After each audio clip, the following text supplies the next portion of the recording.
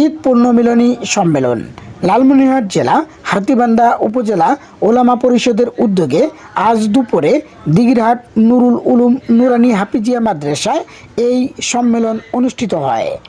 উক্ত সম্মেলনে বক্তব্য রাখেন মুফতি আব্দুর রহিম মুহতামিম চামটারহাট তালিমুল কুরআন দারুল উলুম কওমি মাদ্রাসা, মুফতি ফজলুল করিম শাহরিয়া মুহতামিম ফাতেমাতুজ জোহরা মহিলা মাদ্রাসা লালমনিরহাট, মুফতি আবুল কাশেম সহসভাপতি ওলামা পরিষদ লালমনিরহাট।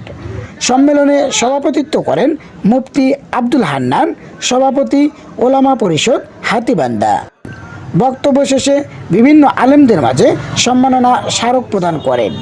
সর্বশেষ মাওলানা তমিজউদ্দিন খন্দকার দোয়া পরিচালনা করে সম্মেলনের সমাপ্তি ঘোষণা করেন।